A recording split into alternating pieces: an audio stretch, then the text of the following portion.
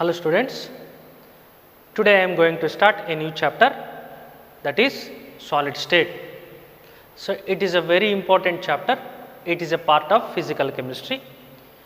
In first PUC first chapter, that is basic concepts of chemistry, you studied that matter is classified into three states, that is solids, liquids, gases. That classification is based on balancing between intermolecular forces and thermal energy. So, the balancing between intermolecular force and thermal energy you already studied in first PUC in chapter gaseous state. So, in first PUC you studied gaseous state and liquid state. Remaining state of matter is solid state.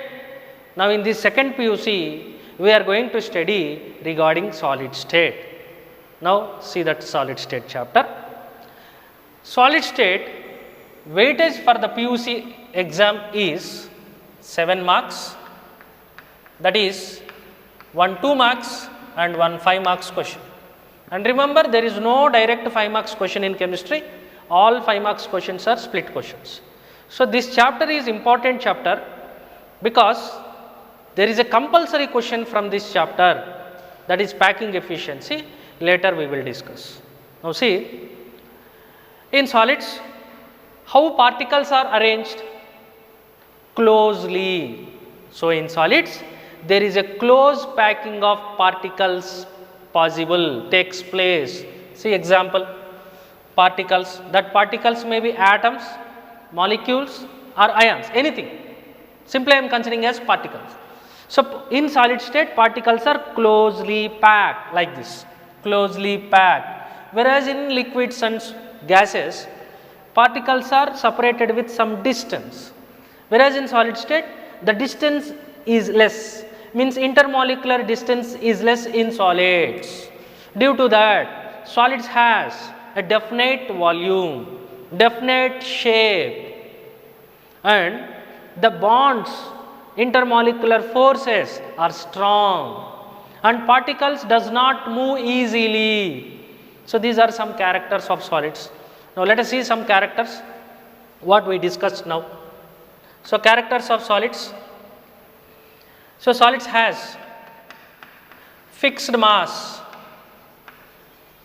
fixed volume and fixed shape, that is due to close packing of particles.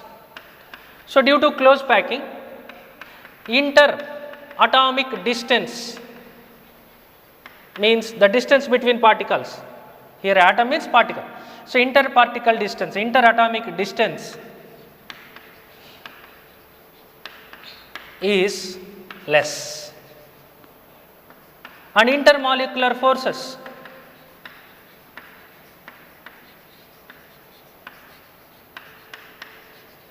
are strong.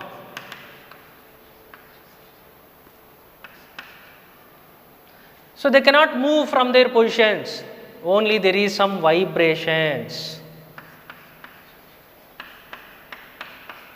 Particles does not move, but vibrate from their mean positions, simply positions. So, there is no movement, only vibrate, vibrations are possible. Solids are incompressible, less compressible, simply we can say incompressible. Solids are hard, difficult to rotate, means rigid. Solids are incompressible and rigid. Due to strong intermolecular forces, generally they possess high melting and boiling points. In solids, due to strong intermolecular forces, arrangement is regular. So, that is why entropy is minimum.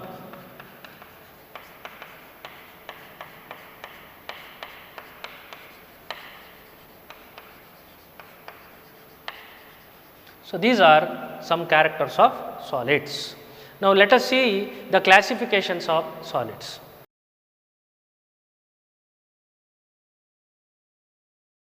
Next, classification of solids. There are two classifications in syllabus. One, see first classification. Classification based on order of arrangement of particles. Order, based on order. So here two types of orders we need to consider. One is long range order, short range order. Order means distance here. Distance. Long range order. So if the particles are arranged in an entire range or a long range, they are called crystalline solids.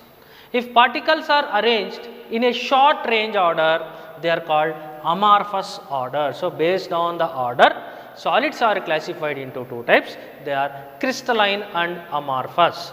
Now let us see the difference between crystalline and amorphous. Both are solids.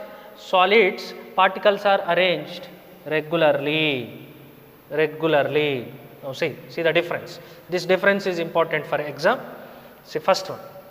First difference. Both are solids, no doubt. In solids, particles are regularly arranged. Whereas in crystalline solids, particles are arranged regularly in a long range. Whereas in amorphous, particles are arranged regularly, that is in a short range. So the first difference is in crystalline, regular three-dimensional arrangement of particles in long range. Whereas in amorphous, so there also regular arrangement is there, but that regular arrangement is not 3D. Regular arrangement of particles in short range, only in short range. If we observe overall the structure of solid, especially amorphous, they looks like irregular, but within a short range there is a regularity. That is the major difference. Observe here students, crystalline, regularity is there in a long range, three-dimensional range. Amorphous, regularity is there in a short range. Overall, if you look that crystal, it appears like a irregular. That is the major difference. Next difference, crystalline solids, melting point and boiling points are high and fixed. Melting point, boiling points are high and they are of fixed values. Whereas for amorphous solids, melting point and boiling points are low compared with crystalline solids. Generally solids has high melting point, boiling point when compared with liquids and gases.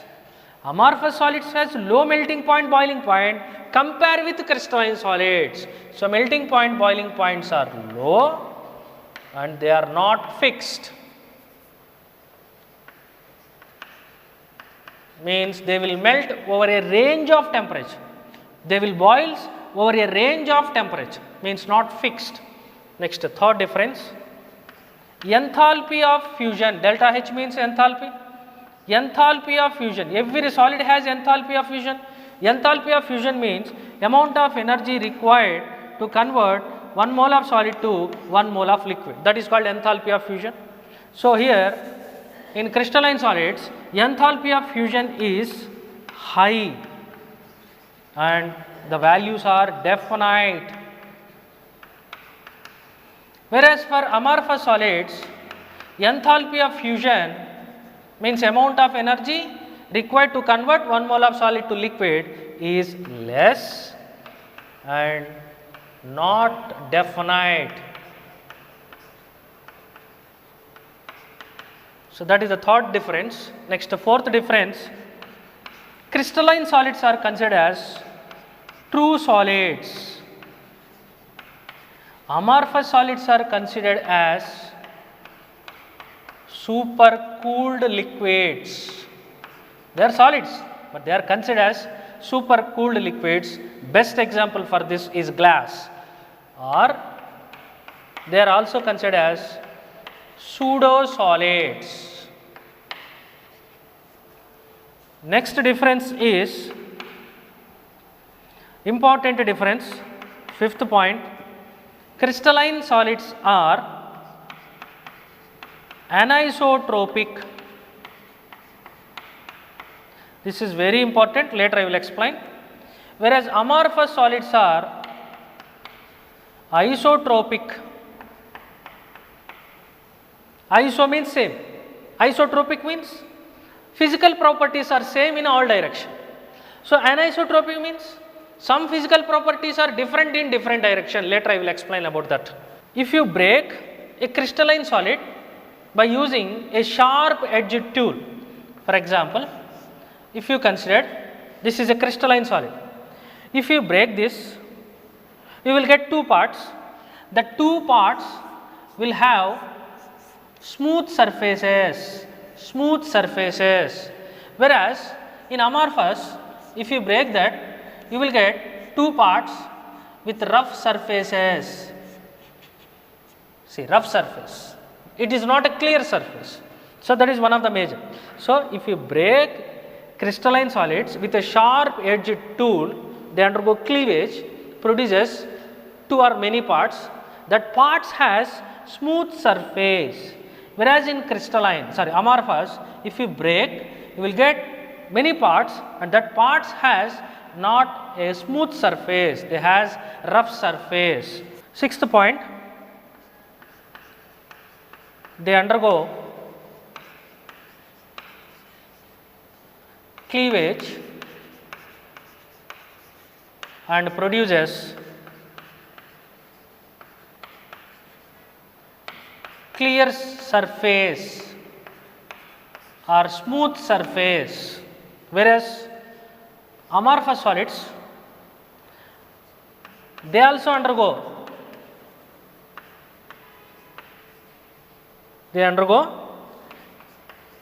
cleavage and produces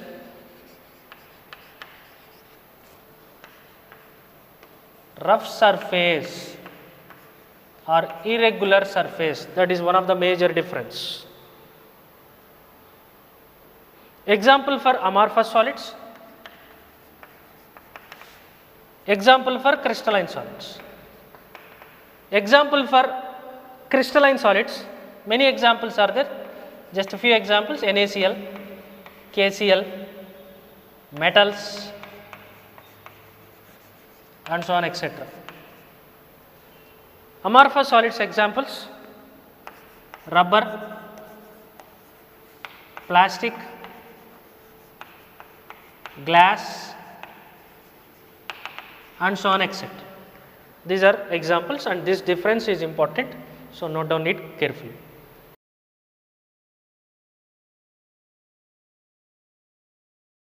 Next, important definition: anisotropy is shown by crystalline solids. In difference, we observe that crystalline solids are anisotropy, amorphous solids are isotropy. Iso means same, aniso means different. Now see here the definition: some physical properties like mechanical strength, refractive index, coefficient of thermal expansion, thermal and electrical conductance, and so on, etc. Only some physical properties, not all, are different in different directions. That is called anisotropy. Means simply, in this direction if you observe mechanical strength, in this direction if you observe mechanical strength, that is different in different directions. That is only for crystalline, whereas for amorphous, same.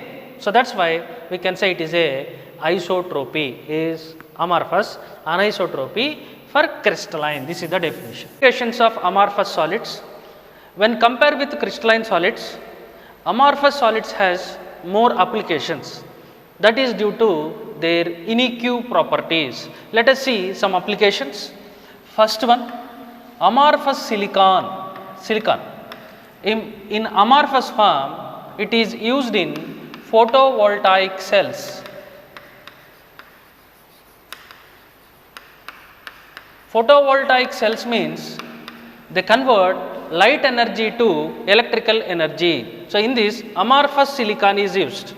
Next, second one, in amorphous solids examples we observed that glass. So, glass is an amorphous solid.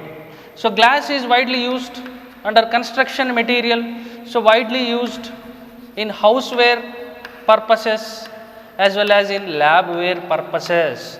So, there are many uses for amorphous solids. These are few examples. Next one, next classification, classification of crystalline solids. Only crystalline solids based on their intermolecular forces. First classification, that is based on order of particles, that is crystalline and amorphous. Now, the classification only for crystalline solids based on their intermolecular forces. So, based on intermolecular forces, solids are of 4 types, crystalline solids. They are molecular solids, metallic solids, ionic solids and covalent solids. So, now, study one by one. So, first one is molecular solids. Molecular solids again classified into 3 types. 3 types. First one, non-polar molecular solids. Non-polar molecular solids. Second one, polar molecular solids. Third one, hydrogen bond molecular solid. 3 types, non-polar, polar, hydrogen bond molecular solids. For this, let us see some examples. Later we will discuss in detail. Examples. See, non-polar. Polar means charge separation. Whenever charges are get separated, that is polar. Non-polar, charge not get separated. Charge not get separated. Non-polar. So, generally non-polar means if bonds are present between same atoms, that bonds are non-polar. Some examples. So, here discussion is based on solids. The chapter is solid state. We need to consider solids. See, example, solid argon. Actually, argon is a gas, but we are considering solid argon, that is possible at somewhat low temperature. Solid chlorine, solids, solid chlorine, solid phosphorus. Actually, phosphorus is a solid at room temperature. Sulfur, sulfur is a solid. See here, the bonds are purely non-polar because the bonds are between same atoms. So, that is why they will not get any charge separation. If there is no charge separation, they are not considered as polar. So, non-polar, CCl4, solid CCl4 and so on etc. So, these are some examples for non-polar molecular solids. Next, examples for polar molecular solids. Polar means charge separation. When charge gets separated, different electronegativity. HCl, different electronegativity is there. So, it is a polar molecule. Solid we need to consider. Solid HCl, solids. Discussion is for solids. So, solid HCl, solid SO2, solid ammonia and so on etc. So, here bonds are polar, here the bonds are non-polar. All are molecular solids. Next, hydrogen bond molecular solids. They contain hydrogen bond. Example, ice. Ice is an example which contain hydrogen bonds. Next, solid HF, solid acetic acid,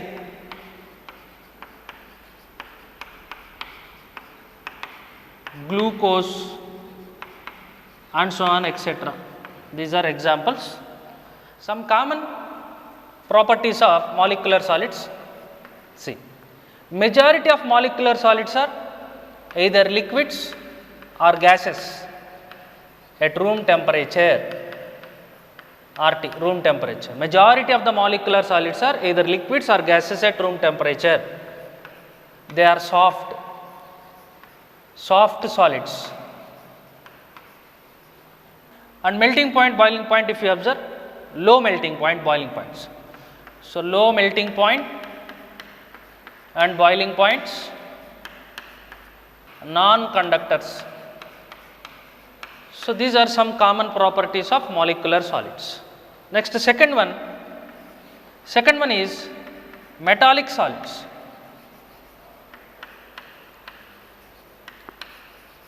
In metallic solids, example, all metals, copper, silver, gold, zinc, sodium, magnesium and so on, metals.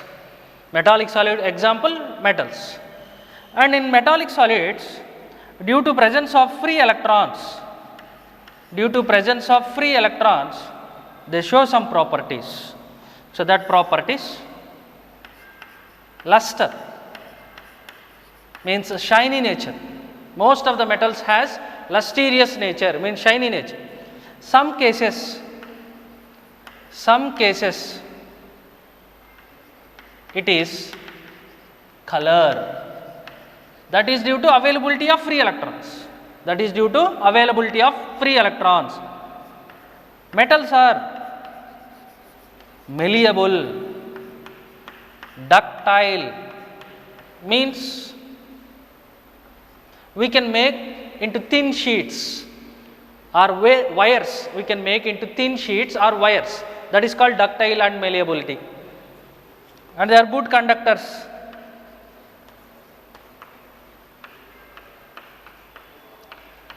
Of heat and electricity.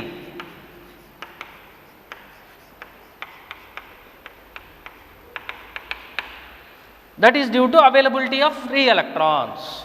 So, these are some common points of metallic solids. Next, third type, ionic solids.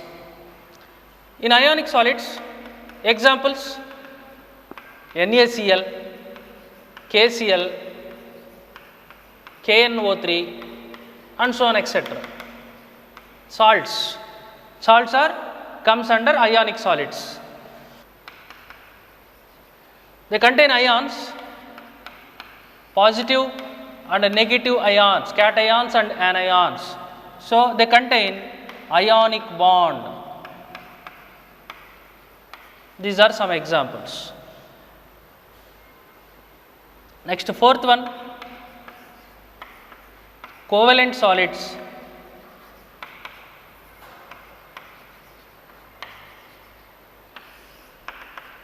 Covalent solids contains covalent bonds. They are classified into two types. One is covalent bond extended in 3D. Second one is covalent bond extended in 2D. So, covalent solids are classified into two types. One is covalent bonds extended in 3 dimension. Second one is covalent bond extended in 2 dimension. Example for this, covalent bond extended in 3D, example, diamond. So, you know the structure of diamond. So, in diamond, covalent bonds are extended in 3D, silica, SiO2, silica formula SiO2, silicon carbide, SiC, carborundum, aluminum nitride, some borides and so on, etc. In all these compounds, covalent bond extended in 3D. Second one, covalent bond is present, that is extended in 2D. Example for that, graphite. So, in first year P block group 14 you studied diamond and graphite structures, once recall that. So, graphite contain covalent bond extended in 2 dimension.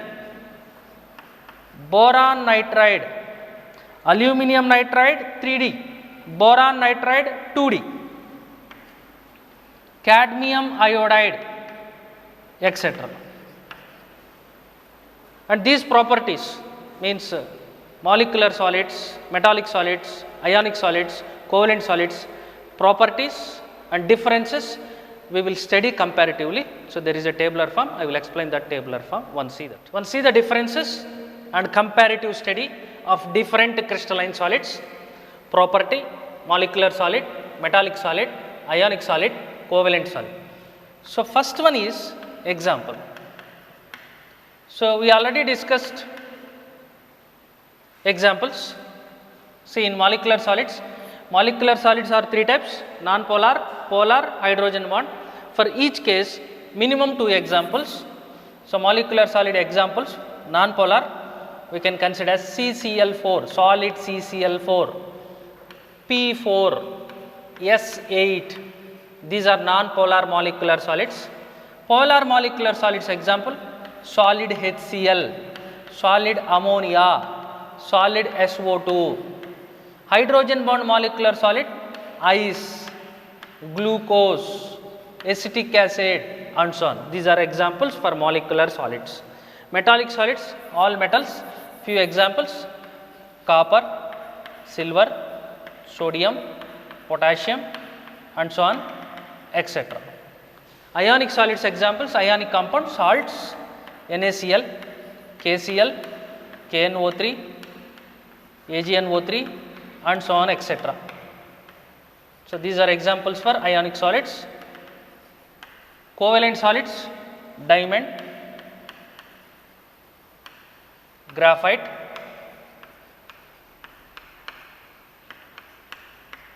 silica, SiO2, and so on, etc. So, these are examples. This is first one. Second one, particles. What particles are present? With what particles that solid is made? Molecular solid, the solid is made up of molecules. The particles are molecules, very rarely atoms. Metallic solids are made up of which particles? Metal ions and electrons. Free electrons are there. Due to free electrons, we observed metal shows some properties. Ionic solids are made up of which type of particles? Ions, cation, anion.